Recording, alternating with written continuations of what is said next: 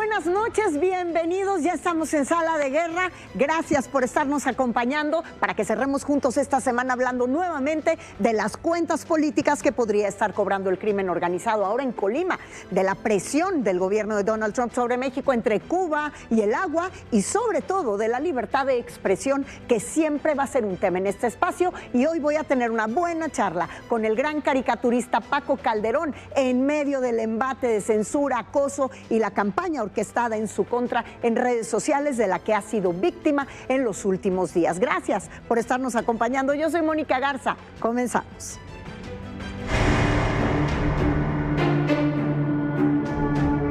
Y que la transformación se construye con mucho amor y trabajo y no con imposiciones y persecuciones. Lo fueron construyendo los políticos de la oposición, algunos de Morena también, del movimiento, que están plenamente identificados, por cierto.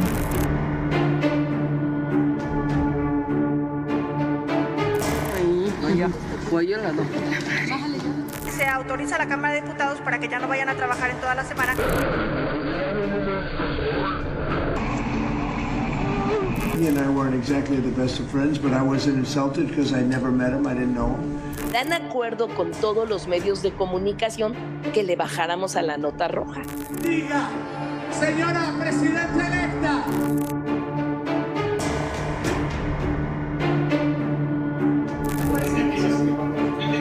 El que se están haciendo pues como de belleza, senador.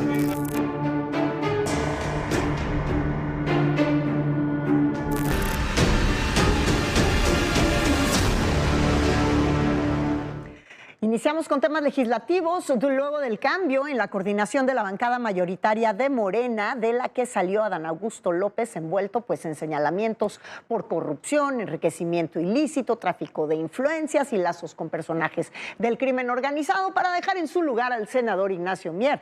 Esta semana el tabasqueño saliente acudió a sesión en el Senado, donde reconoció a los enemigos dentro de su partido y de paso reiteró su apoyo a la senadora de Morena, Andrea Chávez, para competir por la gubernatura de Chihuahua. Así lo dijo. Yo no tengo el menor involucramiento, pero fueron construyendo los políticos de la oposición, algunos de Morena compañeros también del movimiento, que están plenamente identificados, por cierto, pues todo un entramado de mentiras con el fin de intentar, ¿verdad? La senadora Chávez ha sido objeto de una campaña a base de infundios, de denostaciones. Es la mejor posicionada, según entiendo, en Morena rumbo a la candidatura al gobierno del Estado, y piensan algunos o algunas que inundando las redes con notas como esa, pues la van a descarrilar, pero pues se equivocan. Yo sostengo que la senadora va a ser candidata y va a ser gobernadora del estado de Chihuahua. Ya se merece Chihuahua un buen gobierno. Y bueno, después de esto las reacciones por supuesto no se hicieron esperar, pero quizá la que más llamó la atención fue la del alcalde de Ciudad Juárez, Cruz Pérez Cuellar, de Morena también, a quien pues no le pareció lo dicho por Adán Augusto López y lo puso en su lugar así, mire. Pues que en Chihuahua mandamos los chihuahuenses. Aquí el pueblo manda y la gente es la que va a decidir. No va a decir un senador que ni siquiera vota en Chihuahua. En Chihuahua mandamos los chihuahuenses. Eso es lo que yo tengo que decir. Adán Augusto dijo que hace falta un buen gobierno y que va a ganar Andrea. Dice que va a ganar. Por eso, insisto, sí hace falta un buen gobierno en Chihuahua, pero en Chihuahua mandamos los chihuahuenses, no un senador de fuera. Y otra que tampoco tardó en reaccionar fue la senadora panista Lili Telles, bastante más incendiaria con esta afirmación. Lo de Adán Augusto López es un insulto para México, porque le parece que el acuerdo es que a cambio de dejar la coordinación del grupo, le van a dar la candidatura para Andrea Chávez para Chihuahua. Y eso es una falta de respeto para los ciudadanos de Chihuahua y para todos los mexicanos, que traigan así en intercambio las candidaturas, la amenaza de Adán Augusto López de afirmar que va a ganar Andrea Chávez allá. Ya nos habla de que él está preparando a la barredora, a todos los negocios ilícitos que tiene, para meter dinero sucio a esa elección.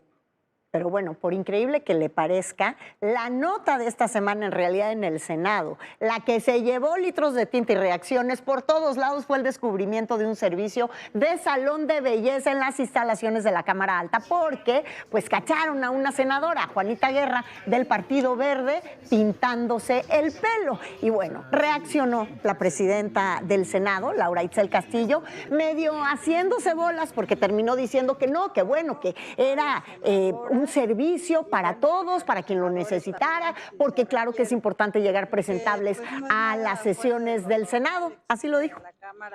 Bueno, es un espacio que está adaptado para apoyo a las senadoras y bueno, pues a los senadores también si se requiere, y que pues no es nada fuera de lo normal, existe en la Cámara de Diputados y Diputadas y aquí en la Cámara de Senadores y Senadoras también. Este espacio está adaptado y quiero decirles que cada una de las senadoras paga el servicio que se hace. Y además quiero reconocer pues que es un trabajo digno el que realiza Yasmín, la peinadora y maquillista. Y que todas y todos tenemos que estar bien presentados para venir a las sesiones.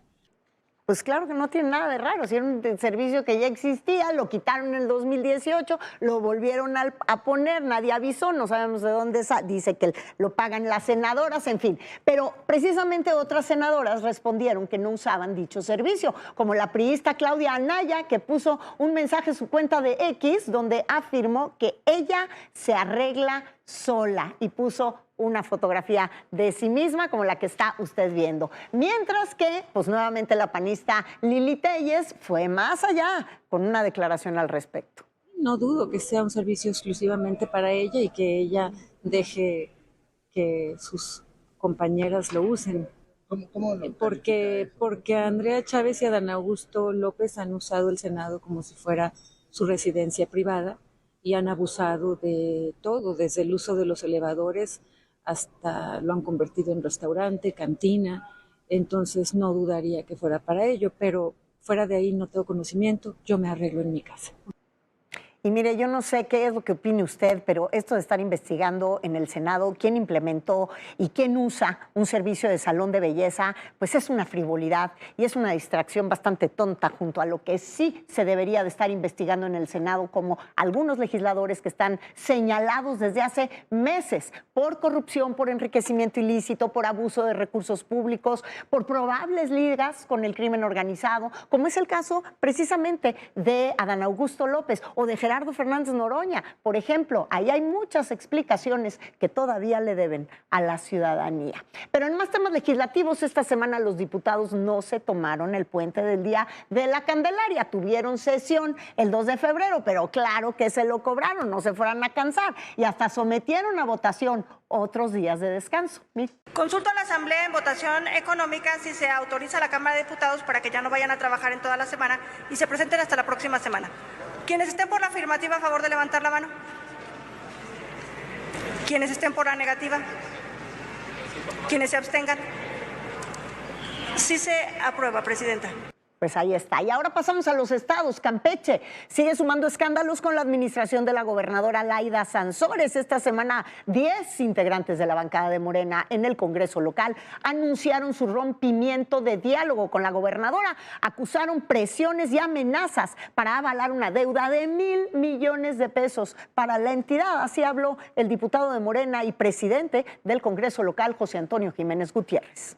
Y que sí se puede hacer política, compañeras y compañeros, sin traicionar a nuestros principios. Es tiempo de carácter, de mucho carácter. Carácter para resistir la presión, carácter para resistir las presiones, para sostener los principios y para no claudicar cuando el camino se vuelve incómodo. Cabe mencionar que en esa sesión se aprobó la noche del lunes la restauración del Fuero Constitucional para Legisladores y Servidores Públicos, una figura que había sido eliminada en Campeche en el 2016. Y por otro lado, en su visita a Guanajuato, esta semana el coordinador nacional de Movimiento Ciudadano, Jorge Álvarez Maínez, habló de su simpatía por la alcaldesa panista de León, Alejandra Gutiérrez, y su evidente interés de sumarla a Movimiento Ciudadano para posiblemente hacerla su candidata a gobernadora de esa entidad en 2027, o sea, candidata de Movimiento Ciudadano, porque la considera, dijo, la personalidad con mayor capital político en Guanajuato. Escuchémoslo. Mire, para mí Alejandra es la personalidad política con mayor capital político de Guanajuato hoy, fuera de la gobernadora. Por supuesto que nosotros vamos a estar ahí cuando sea el momento de generar ese tipo de diálogo y de acercamientos, pues porque es una personalidad que podría ser central en la alternancia de Guanajuato. Al haber sido compañeros diputados federales hay un vasos comunicantes importantes, pero yo nunca le he faltado el respeto a las personas diciéndole cámbiate de partido. Ahora sí que es como en las relaciones, ¿verdad? Las personas tenemos que decidir libremente estar y no estar, y creo que por eso digo, ese momento todavía no se ha dado. Ella tendrá que tomar sus definiciones y nosotros, cuando esas definiciones se den, pues imagínense, si le acabo de decir que es la personalidad con mayor capital político de Guanajuato, ¿por qué Movimiento Ciudadano no habría de tener un diálogo con ella? Pues nosotros estamos aquí para ganar y para aspirar a gobernar Guanajuato. Pues dirá el presidente del Movimiento Ciudadano que nunca le ha faltado al respeto a ningún partido político, queriéndole dar bajín con alguno de sus perfiles, pero pues ya lo está anunciando públicamente, ya lo escuchó usted, que se pongan buzos los panistas porque van sobre algunos de sus perfiles, por lo visto. Y destacó esta semana también en Jalisco la detención del alcalde de Tequila, Diego Rivera Navarro de Morena. 3 funcionarios municipales más, junto con él, fueron detenidos: el director de Seguridad Pública, el director del Catastro y Predial y el director de Obras Públicas, según lo informó a través de su cuenta de X el secretario de Seguridad, Omar García Harfuch. Recordemos que Diego N., alcalde de Tequila, era ya investigado por manejar esquemas de extorsión a empresas cerveceras y tequileras en la entidad, además de estar señalado por tener nexos con el cártel Jalisco Nueva Generación. El secretario de Seguridad de Jalisco, Juan Pablo Hernández, informó que tras la detención del alcalde será la Policía Regional quien asumirá la seguridad del municipio. Pues pasemos ahora a temas internacionales. Esta semana la derecha en América Latina ganó un nuevo terreno ahora en Costa Rica, con un triunfo arrasador de Laura Fernández, una mujer de 39 años, casada, madre de una niñita de 3 años. Es la segunda mujer en ganar la presidencia en Costa Rica, esta vez pues con un discurso de campaña que se basó en el libre mercado, en la libertad, en la defensa a la propiedad privada, en un ejercicio, fíjese usted, electoral bastante interesante en el que votó, digo, comparado con los números que manejamos en México, votó el 65% del padrón electoral de Costa Rica. Así que el día de hoy, aprovechando que está de visita en México, me da muchísimo gusto tener la oportunidad de platicar con Dani Quirós, quien es precisamente el estratega de campaña de Laura Fernández. Gracias, Dani, bienvenido. Con todo gusto, un gusto estar por acá. Pues muy interesante desde la campaña, que fue una campaña corta, 6 meses. En México ya ves que empezamos las campañas casi 2 años antes y con un triunfo que para muchos era casi inesperado al principio. ¿Cómo se logra eso? Bueno, se logra primero que todo con precisión. Primero, estrategia, precisión, orden y mucha disciplina. Eso para mí es clave en este tipo de cosas. Y se logra también porque damos una continuidad de un cambio que el país lo venía olfateando, lo venía sintiendo, pero hay que ser muy preciso en esas cosas. Y además, cuando dije el orden, es que el orden tiene que estar en toda la campaña, porque las campañas, que aquí en este lugar que se llama Sala de Guerra, yo evito ir a las salas de guerra.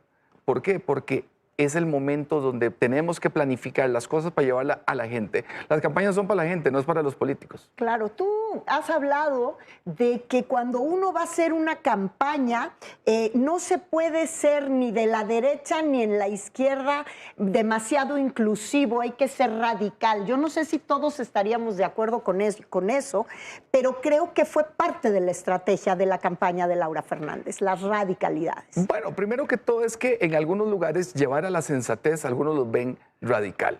Entonces, llevar a la sensatez de que el libre mercado es lo que saca, lo que genera riqueza, de que no es un Estado omnipotente, de que incluir a Dios en algunos lugares lo ven como radical. Y eso no es ser radical. Decir las cosas de frente, sin temor y con argumentos, es parte del éxito de lo que venimos viendo en esa campaña. Pero también hacer la campaña para la gente, lo mencionaba antes. Las campañas con emociones es lo que gana. A veces la gente dice, es que las ideas son muy importantes, pero tiene que ver mucho la persona, en este caso, la que diga y comunique las cosas. Yo te he escuchado en algunas entrevistas hablar como estratega de campaña sobre la importancia de contar con una oposición que sea tan fuerte y tan firme como para que se sienta la competencia.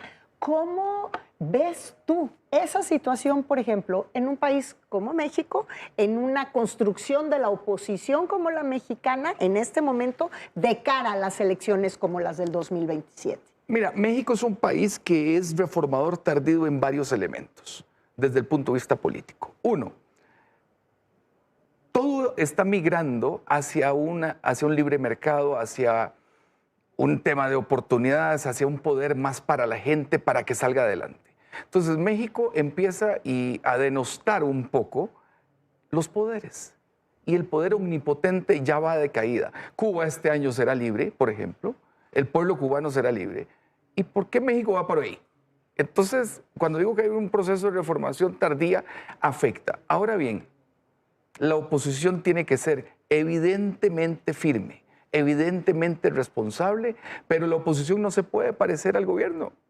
O sea, sin oposición no hay un buen gobierno. Y en este momento, la campaña pasada de México, que lo hablamos un poquito ahí fuera de cámaras, la campaña pasada de México era una competencia a quién se parecía más a Morena. Entonces, ahí hay una confusión para la gente. ¿Para qué yo voy a salirme del partido Morena si la otra señora o el otro joven me está diciendo lo mismo de estos? Entonces, yo creo que hay una pérdida en la oposición que no saben para dónde van. Y cuando la gente no sabe para dónde va, ¿qué sucede? Cualquier camino es bueno. Claro.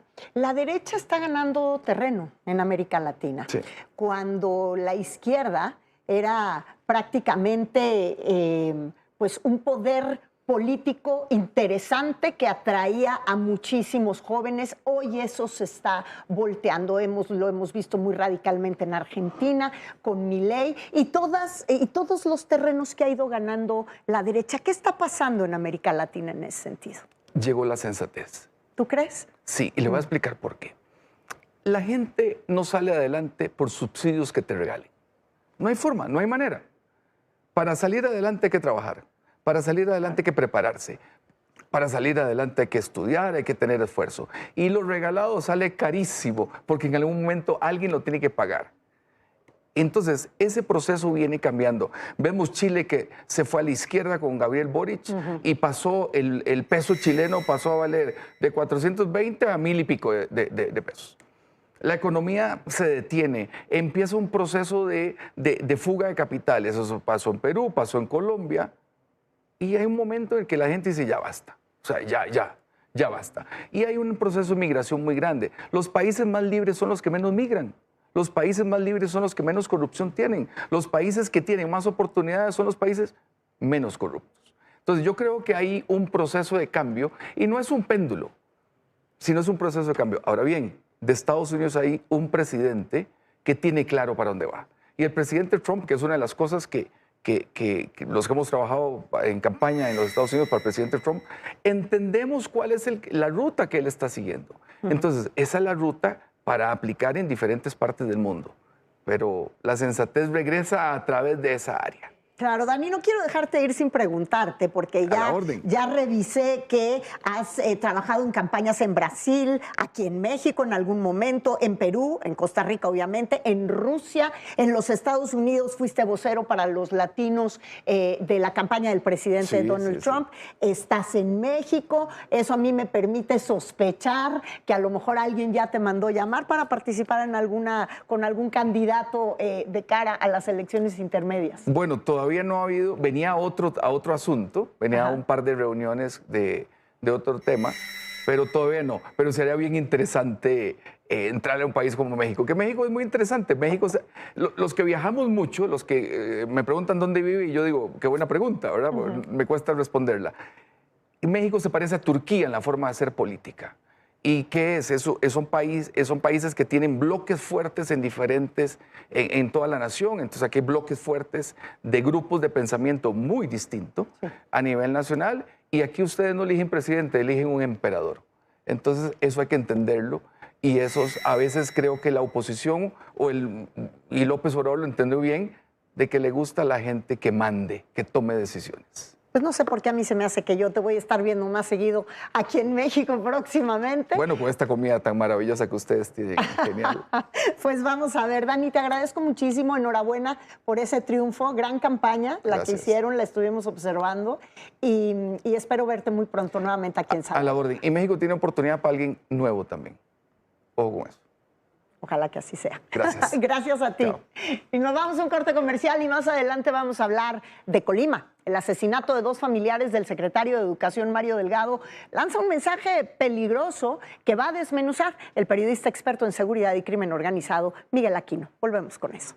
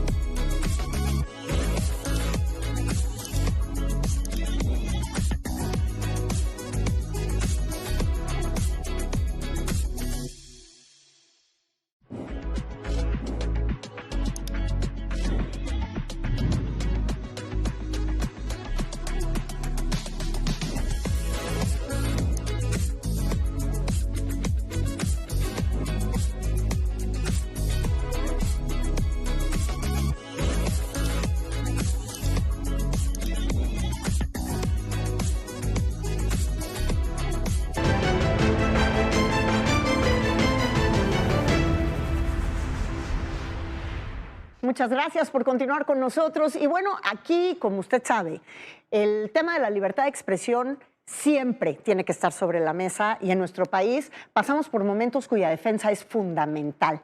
no soltar.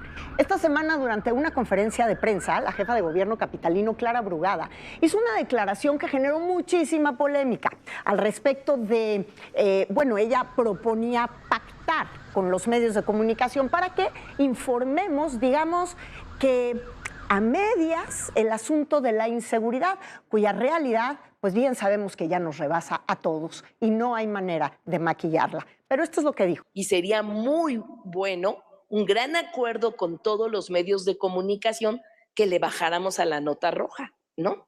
Porque la nota roja sabemos que es lo que atrae a que los medios, porque la gente pues ve la nota roja y es también una estrategia de los medios de comunicación para que la gente los vea, ¿no? Fíjese usted lo importante que es entender que la información salva vidas, que la expresión de la verdad despierta la sensibilidad de una comunidad, que modificar la percepción de inseguridad en México no es el objetivo. El objetivo debe de ser cambiar la realidad, no nada más la percepción de la realidad. Y aquí es donde podemos entender por qué el periodismo, en sus distintas formas, puede resultar a veces tan incómodo para el poder. Los ataques e intentos de censura que periodistas y medios de comunicación hemos enfrentado desde hace muchos años se han incrementado en los últimos años y en formas además cada vez más sofisticadas. Hoy, pues sí, con la ayuda de las redes sociales, que son operadas como un arma muy destructiva, y eso es lo que en los últimos días precisamente ha vivido uno de los periodistas gráficos más célebres e importantes en nuestro país, pero también uno de los más críticos al gobierno de la Cuarta Transformación, con sus caricaturas que han enojado muchísimo al gobierno, y vaya que ha pagado el precio, particularmente en las últimas semanas. Ya lo está usted viendo, ya está usted viendo sus caricaturas. Me refiero a Paco Calderón, a quien recibo con muchísimo gusto esta noche en Sala de Guerra. Bienvenido, Paco. Muchas gracias, Mónica, por tenerme aquí. ¿Cómo describirías la última semana en tu vida con las redes sociales, con las respuestas a tus cartones, con la hazaña que de repente has vivido? Mira, un presidente norteamericano, Harry Truman, decía: al que no le gusta el calor, que no se meta a la cocina. Nada que no haya yo vivido antes. Pero a mí me llama mucho la atención. ¿Qué es lo que pasó? Publica uno de estos periódicos del circo de pulgas que maneja este señor Ramírez Cuevas. Jesús Ramírez Cuevas. Unos datos que yo di bajo la creencia, si tú quieres, ingenua, que eran datos confidenciales, para sacar el dinero que dan a los viejitos. Que cacarean a mañana, tarde y noche que es un derecho, que no es una dádiva. Entonces yo lo único que hice fue, pues dije, pues ya cumplí la edad, estoy en ese derecho. ¿Pagas tus impuestos? Pago mis impuestos, no estoy de acuerdo con este gobierno. ¿Qué forma tengo yo de recuperar parte de mis impuestos? Voy y cobro esa pensión. No estoy haciendo ningún delito, no estoy haciendo nada ilegal, pero ellos sí hacen algo ilegal, ponen todos los datos y bueno, se deja venir todo el circo de pulgas, ¿no? Que el monero y que hipócrita y que bla, bla, bla, bla. Y sale pues, todo tipo de lacayos, porque tienen así sus escalones, a atacarme. Bueno, pues que digan misa.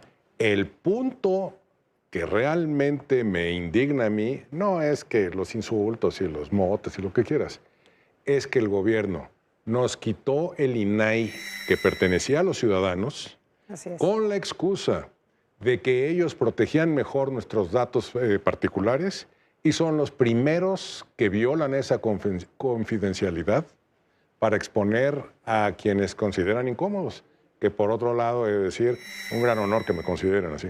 Lo que yo creo que nadie se esperó, y posiblemente tampoco tú, fue la respuesta en general, el apoyo a Paco Calderón, incluso de muchos personajes de la Cuarta Transformación. Pues todo eso lo agradezco mucho, la verdad sí fue un pequeño homenaje que no me esperaba, pero que lo agradezco mucho. Y creo que nadie se lo esperaba, y tampoco creo que lo viste venir. No, pues fue así. Me enteré porque fue Noroña el que lo subió, o bueno, fue el que lo retuiteó, o yo me enteré porque leía Noroña, que salió, ya sabes, con insultos y todas estas cosas. Y yo dije, bueno, pues gracias por mostrar que eso que nos dijeron que iban a proteger los datos confidenciales de los ciudadanos es puro cuento. ¿Te sientes perseguido, Paco, hoy? No, digo, tampoco me voy a hacer la víctima y aquí tirarme al piso. Yo me siento un profesional, hago mi trabajo y, pues, por supuesto, el trabajo, si es buen trabajo, genera controversia y eso es. ¿Merma en tu creatividad cuando pasas por una situación así? No, ninguna. Pues ahora sí que los güeyes nos crecemos al castigo. Claro. ¿Quiénes son los políticos más vulnerables a la crítica? Yo me lo preguntaba, ayer revisaba muchas de tus caricaturas, muchos de tus cartones, y yo decía, híjole, pues ha habido, con Felipe Calderón, por decir, ya ves que AMLO te bautizó el monero de la derecha. Así es. No sé cómo has transitado esa etiqueta todos estos años, pero pues no eras el monero de la derecha con Felipe Calderón y fuiste muy duro con el presidente Calderón. Mira, yo el primero con que tuve que lidiar fue López Portillo. Y luego... Empezaste muy jovencito. Muy jovencito, 17 años. Ya voy a cumplir el próximo año 50 años de caricaturista. Imagínate. Sí. De la Madrid, Salinas, Cedillo, Fox, Calderón, a todos les he pegado. Pues esa es la chamba. Y no es pegarles, es criticarles. Tú ves lo que están haciendo mal. O señalarlo, claro. Claro, y te vas con todo. Esa es la chamba, claro. ¿no? Y además no puede ser suavecito. La chamba del monero es eso, criticar al gobierno o señalar al gobierno. Ahora... Pero siento que los que menos toleran la crítica son estos gobiernos de izquierda, los de la Cuarta Transformación, porque parte de tener éxito político es que tú te creas tu propio rollo, tu propio cuento, tu propio bullshit. Y ellos siempre se vieron como nosotros somos los buenos de la película, el pueblo noble. Y entonces, cuando llegan al poder y son criticados, no pueden entender, ¿sabes qué? Estoy ejerciendo este cargo y se vale que la prensa me critique, sino debe haber una conspiración, un complot, porque yo soy el bueno de la película. ¿Cómo se atreven? ¡Qué blasfemia que yo, el héroe de la película, habiendo llegado a redimir al pueblo, sea criticado por estos gatos de la oligarquía, por estos malos mexicanos, traidores a la patria? Y bueno, los adjetivos se les multiplican, ¿no? Claro. Viven para culpar a otros, señalar a otros, nunca para asumir la propia responsabilidad. Te decía yo que el monero tiene, ese es su objetivo, la crítica del gobierno, pero a veces es difícil no tomar partido. Mira, el monero siempre toma partido. Tú tienes tus ideas. Lo que no puede ser es esclavo de un movimiento político o de una ideología. Tienes que tener ideas, no ideología. Y las defiendes, pero lo que tiene que hacer el monero y cualquier otro periodista es ser un periodista independiente. ¿Sabes qué? Francisco Calderón, el elector, llega a la casilla y vota por tal político. Eso no implica que yo vaya a estar a su servicio. Paco Calderón, el monero, si ese güey falla, a su labor, yo, que soy quien lo contraté, soy el primero en jalarle las orejas y en darle un palo. De eso se trata. Tú has sido víctima de una visceralidad, porque la respuesta a esto que sucedió fue claramente una respuesta burda, una respuesta muy visceral. ¿Alguna vez a Paco Calderón la víscera le ha capturado para hacer una caricatura cuando hay hechos, situaciones que te indignan tanto como para que la víscera esté plasmada en tu vida? Sí, y por lo general han salido muy malas caricaturas. Así. Tú tienes que hacer, yo siempre he dicho, y de hecho tengo un cartelito ahí enfrente de mi respirador, haz tu trabajo sin odio y sin piedad. Es decir, nunca es un ataque a la persona, nunca es un ataque con la víscera, con mala entraña, pero si dices, mira, la víctima del cartón va a ser pégale con todo. Así te caiga bien, así te caiga mal. ¿Cuál es la víctima política más fácil de un caricaturista? ¿El político tonto o el político siniestro? Yo creo que ahí se van compitiendo entre los dos. Por lo general, si eres verdaderamente perverso, llegas a cometer tonterías. Y si eres tonto, bueno, te salen solitas. Esa es la verdad. Te lo pregunto porque claramente las reacciones de los políticos ante un cartón que les parezca muy ofensivo es cuando quedan como tontos, no cuando quedan como malos. Bueno, eso lo decía el caricaturista David Lowe cuando en la Segunda Guerra Mundial sacaba un cartón que decía: no pinten a Hitler como un monstruo sangriento con garras. Esa es la imagen que Hitler quiere proyectar. Claro. Pónganlo como un burro, como un idiota, como un impotente sexual. Eso es lo que a él le duele. Y de hecho, ahí te va esta anécdota divertida. Cuando tomaron los rusos Berlín, llamaron a los británicos a que conocieran el búnker de Hitler. Y dicen: miren lo que nos encontramos en la caja fuerte de Hitler. Y venían varias caricaturas de este caricaturista donde Hitler decía: cuando llegue a Inglaterra me cuelgan fulano, que no sé qué. Hombre, qué mayor homenaje. Sí. Ahora, volviendo a los políticos de aquí. Los políticos de antes no es que fueran mejores, pero tenían tablas. Entonces sacabas un cartón que les molestaba, nunca te iban a decir: ahora vienes al Senado a pedirme disculpas mientras a mí me sirven café. Nunca. Hablaban y: oiga, qué excelente caricatura me sacó usted. Yo quisiera ver si puedo comprar el original y lo invito aquí a que conozca más la problemática porque, sabe usted, creo que su cartón no comprendió bien lo que estamos haciendo. O sea, te daban nunca te iban a... era una forma de decirte: jaja, no me dolió, ¿no? Claro. Y estos: me dolió y te odio y eres esto, y ahí te van todos los insultos. Y dices: te faltan tablas, te falta clase. Se vuelve más complicado cuando el país en el que el caricaturista trabaja o para el que trabaja con su comedia, con su intuición política, está gobernado por una mujer. Te voy a decir por qué. Porque ante una caricatura que le pueda parecer ofensiva o físicamente ofensiva, como ha sucedido en algunos casos, pues pueden acusar al caricaturista de violencia de género. Bueno, ¿Qué ha pasado? Puede pasar, puede pasar. Ahora, qué curioso que esos que siempre acuden a la violencia de género, cuando se hacían caricaturas del Bester Gordillo, nunca decían nada, ¿no? Claro. Y ahora siempre se van a ver eso. Uno sí trata de no buscar el aspecto ad feminem del asunto, ¿no? Cosas que tengan que ver con algún tipo de referencia sexual o a su belleza, o a su, no lo tocas. Tú te vas por la persona. Yo lo que veo es, los políticos son actores que salen al escenario público. No sé si te acuerdas del programa de los Muppets. Sí, claro, cómo no. Los Muppets salen y hacen sus tonterías y la riegan.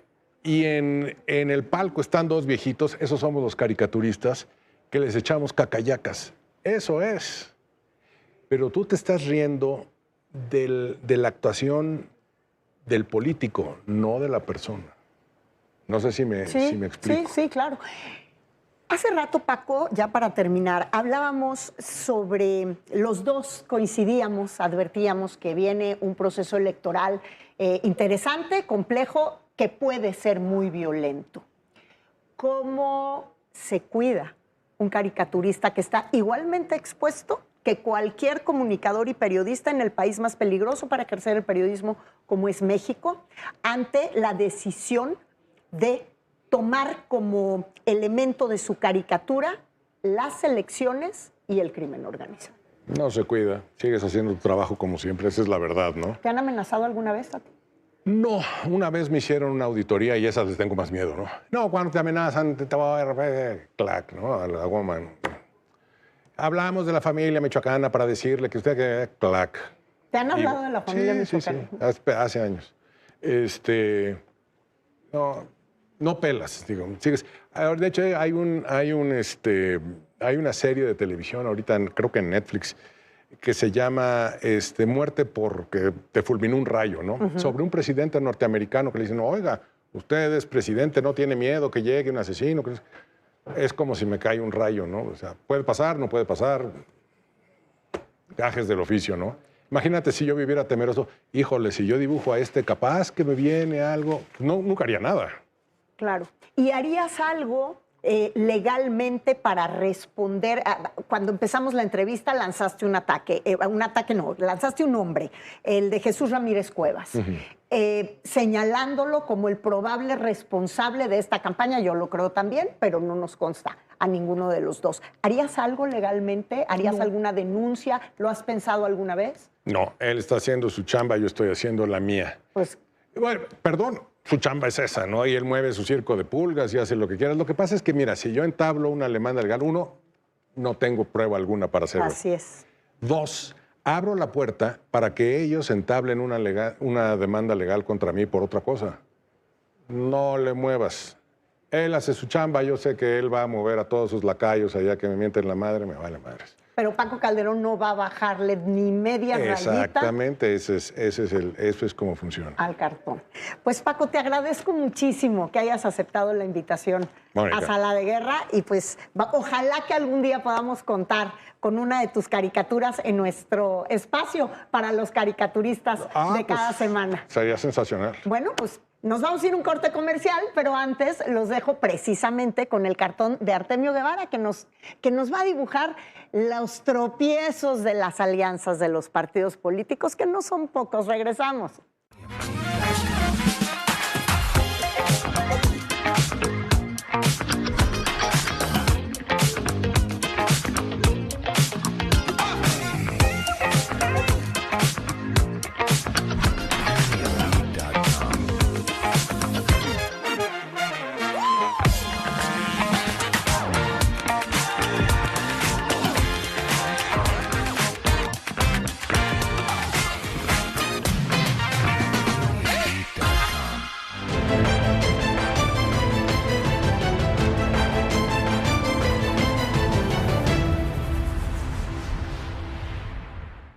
Leer y escribir es mucho más.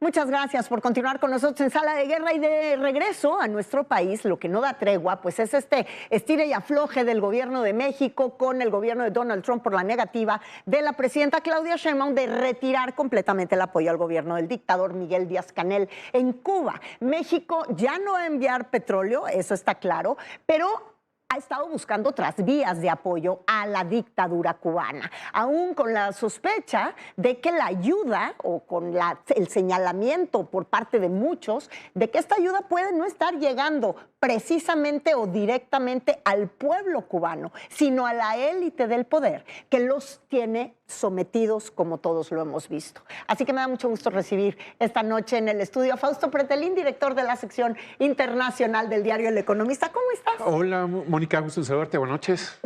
Dime tú, ¿en qué va a consistir entonces esta ayuda? Ya dijimos que petróleo no vamos a enviar a Cuba, pero hay muchos datos que no tenemos, Fausto. Mira, desafortunadamente hay mucha bruma alrededor del tema de la relación México-Cuba. Particularmente el gobierno actual, el gobierno de la presidenta Sheinbaum, de alguna forma quedó ¿cómo decirte?, mal parada, en el sentido de que sí recibió la orden de Estados Unidos de que si seguía enviando el petróleo iba a haber aranceles. ¿Una orden o una advertencia? Una advertencia, si tú la quieres llamar una orden velada, es decir, la conveniencia para México es pues no tener aranceles, justo cuando estamos entrando en un proceso de revisión. La misma presidenta lo dijo, ¿no? O sea, no vamos a afectar a México, ya no vamos a mandar petróleo, pero... Sí, exactamente. ¿Qué sí vamos a mandar? Yo creo que lo que quiere de alguna manera quedar bien con la gente que quiere mucho a Cuba, la dictadura cubana aquí en México, es que continúe la ayuda, pero ya no es el petróleo. Alimentos, arroz, frijoles. La gran crisis energética en Cuba es precisamente la ausencia de la luz, la ausencia de la productividad, la ausencia de libertad, por supuesto. No quiere quedar mal con el régimen de Díaz-Canel. Yo creo que no tanto con los simpatizantes a la dictadura cubana, sino con la propia dictadura cubana. Sí, mira, el jueves pasado el presidente Díaz-Canel le agradeció en una conferencia, bueno, no puedo decir que es una conferencia de prensa, sino en un mensaje que da desde Cuba el presidente y le agradece a la presidenta que casi todos los días se está mencionando y que, por cierto, Mónica, no sabemos exactamente en qué consisten los acuerdos, la firma de Pemex con Cuba. El director de Pemex se hizo bolas el miércoles pasado con cifras que no cuadran con la realidad. En ese sentido sí falta mucha transparencia. Entonces, ¿qué le puede demandar? ¿Comida? Que es lo que de alguna manera puedes decir, bueno, es como una ayuda humanitaria, en donde Estados Unidos también le ofreció, inclusive hace algunos meses, comida después del huracán que pasó sobre la isla. Eso sería de alguna manera, cuando tú dices ayuda humanitaria, pues significaría eso, ¿no? Es decir... Es que llama muchísimo la atención porque tú dices, ¿qué les podemos mandar? Comida, y entonces yo inmediatamente pienso en los aviones militares que van, como cuando hay algún desastre y México envía ayuda. ¿Cuánto nos cuesta eso? Y no sería esa cantidad de dinero que gastamos en ayudar a una dictadura lo que necesitaría, no sé, la Sierra Tarahumara en momentos congelados como en este momento, y gente que está prácticamente en la hambruna mientras nosotros estamos ayudando a la dictadura cubana. Digo, también podemos ser humanitarios con nosotros, ¿no? Claro, bueno, a ver, yo creo que primero debe de ponderarse mucho el tema de los derechos humanos, ¿no? Es decir, la libertad y los derechos humanos que no existen en Cuba por 7 décadas.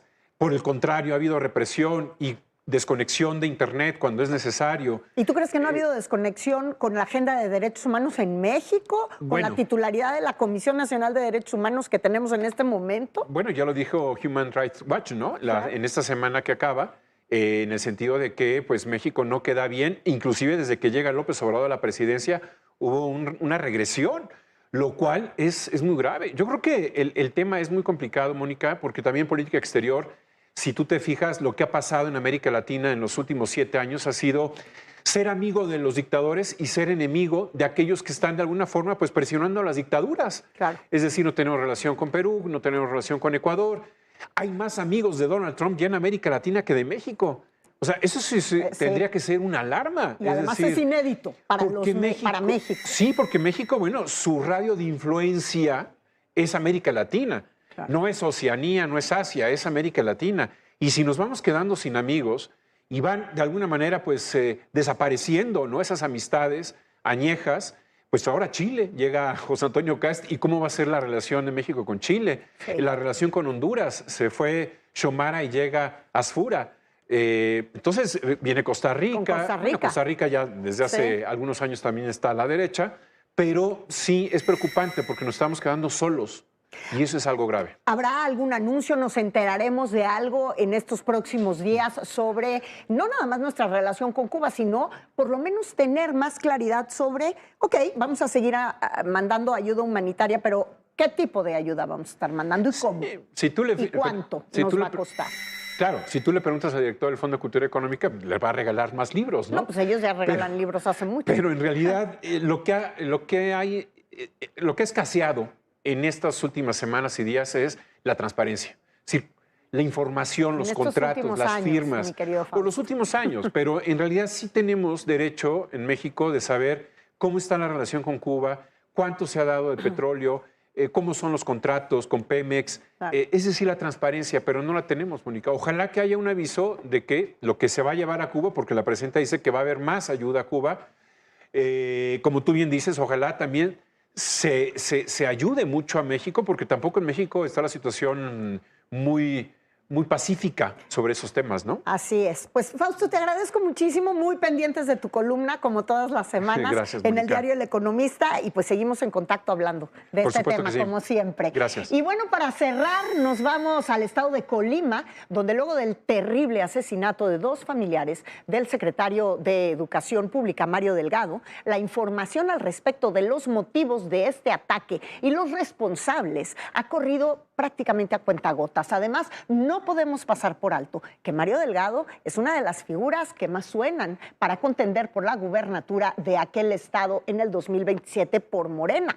El hecho obliga a devolver la mirada a la situación de violencia que también está viviendo aquella entidad. Por eso agradezco mucho nuevamente al periodista Miguel Aquino enlazarse con nosotros con más detalles al respecto de este caso. ¿Qué tal, Miguel? Muy buenas noches. Hola, ¿qué tal, Mónica? ¿Cómo estás? Muy buenas noches, gusto saludarte. Muchas gracias. Pues cuéntanos un poco más de detalles, Miguel. Tú y yo habíamos tenido oportunidad de platicar un poquito antes de salir al aire a propósito de toda la situación que se está desarrollando en Colima y aprovechando la vuelta que nuevamente nos hace voltear a ver los índices de violencia en aquella entidad luego del asesinato de pues, los familiares del secretario de Educación. Fíjate que desde hace por lo menos 20 años yo he estado revisando mucho el tema de Colima y siempre me he preguntado, y en algún momento se lo cuestioné a autoridades federales y estatales, muchos años cubriendo la fuente de seguridad, de por qué no se hacía una estrategia de seguridad en Colima. Vemos el plan Michoacán, hemos visto el plan que ahora se ocurre en el estado de Sinaloa, pero nunca ha existido el plan Colima. Y debería de existir sobre todo porque Colima, estadísticamente y en cuestión demográfica, por cada 100,000 habitantes, es la ciudad, en este caso Colima capital, es la ciudad con el mayor número de homicidios por cada 100,000 habitantes, que no es una cifra cualquiera, es una pequeña población, pero hay muchos muertos, hay muchas ejecuciones y nunca se ha visto realmente un operativo que funcione. Estratégicamente para los narcotraficantes es un punto crucial, Mónica, amigos. El puerto de Manzanillo en Colima es el puerto más grande del país, el tercero de Latinoamérica, y es precisamente este lugar por donde llegan precursores químicos para drogas sintéticas, piratería, ojo con las mercancías que llegan de Asia, que también es una mafia que ha provocado mucha violencia y mucha muerte, tráfico de armas y actualmente el huachicol, porque además buques de petróleos mexicanos también están llegando al puerto de Manzanillo. Es vecino de Jalisco, es vecino de Michoacán. ¿Por qué las autoridades no han volteado al estado de Colima? Es algo que me he preguntado por lo menos en los últimos 20 años. ¿Qué más detalles tenemos al respecto del asesinato de la tía y la prima hermana del secretario de Educación? Porque al ser, pues digamos, ultimados los responsables materiales, pues tenemos poca oportunidad, o no lo sé, de tener más información, Miguel. Me atrevo a decir que tenemos prácticamente nada.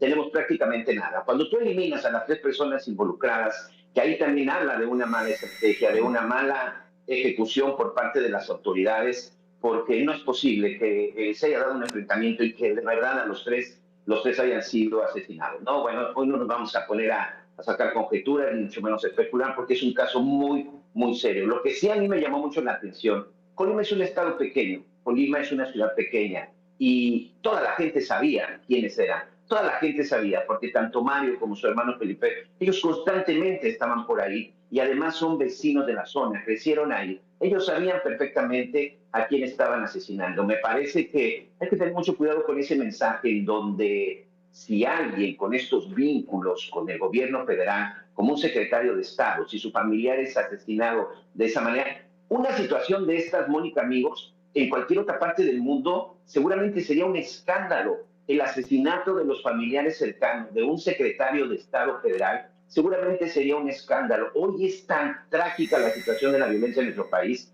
que pareciera que no pasa absolutamente nada. Yo me detengo ahí con estas 2 cosas. Ellos sabían a quién estaban ejecutando, por supuesto, y sobre todo a qué personaje del gobierno de la doctora Sheinbaum estaban ligados. Y 3, esa mala actuación por parte de la policía, los responsables de la investigación, haber eliminado a los 3 prácticamente nos deja sin posibilidades de saber quién ordenó esa ejecución y sobre todo el por qué. Hoy hay que preguntarnos el por qué. Se supone que hay gente de bien y por lo que yo he estado preguntando y sobre todo platicando con algunos reporteros, pues era gente que se dedicaba, tenían su comercio, tenían un negocio de comida, tenían un negocio en donde se hacían pasteles, pero no tenían alguna otra situación. ¿Cuál es el mensaje? ¿Se trató de un mensaje? Eso lamentablemente creo que no se va a poder saber a partir de la muerte de los 3 responsables, porque hoy ¿qué otra pista tienen, Mónica?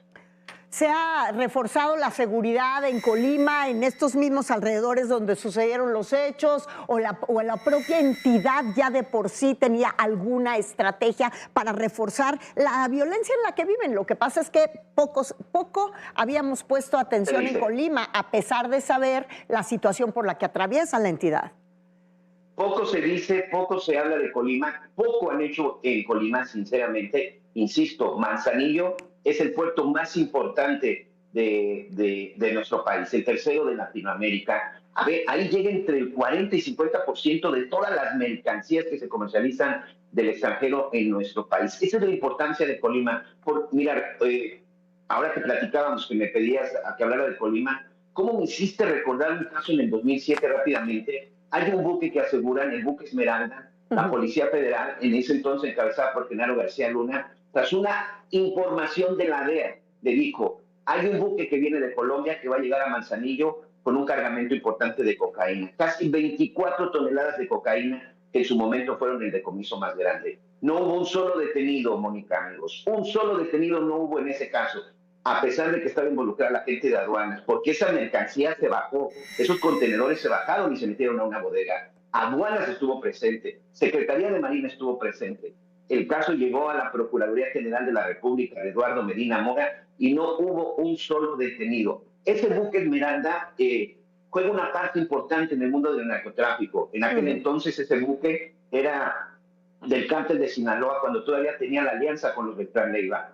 Ismael El Mayo Zambada y Joaquín El Chapo Guzmán se enojaron con los hermanos Beltrán Leiva por haber perdido ese buque. Y curiosamente, en enero del 2008, es decir, esto fue a finales de noviembre del 2007, en octubre, noviembre del 2007, para enero se da la ruptura, se da la captura del Mochomo y se da el rompimiento del cártel de Sinaloa, y con eso una ola de violencia que hasta el día de hoy hemos visto, y bueno, pues toda la separación. Y nada más te digo, hoy en Colima hay 3 cárteles que están operando: el cártel del Mayo, a través de Sinaloa, el cártel Jalisco y el cártel independiente de Colima, conocido como los Mezcales. Es un punto neurálgico, es un punto muy importante que llama mucho la atención porque nadie de los 3 niveles de gobierno le ha prestado atención. 4 secretarios de seguridad en una administración, creo que también nos habla de la colusión que podría existir con elementos policíacos, o poca capacidad, o simple y sencillamente que no tienen los elementos para poder actuar contra el crimen organizado. Pues vaya escenario este que nos describes, y bueno, pues no nos queda más que seguir muy pendientes del desarrollo de las investigaciones, en este caso, si es que arrojan algo en los siguientes días, porque en los últimos apenas a cuentagotas hay información. Miguel, muchísimas gracias. Muy buenas noches. Hasta luego. Gracias, muy buenas noches. Y con esto nos despedimos. Yo les agradezco muchísimo habernos acompañado como cada domingo. Nos vemos la próxima semana. Yo soy Mónica Garza y les deseo que tengan, como siempre, un gran inicio de semana. Muy buenas noches.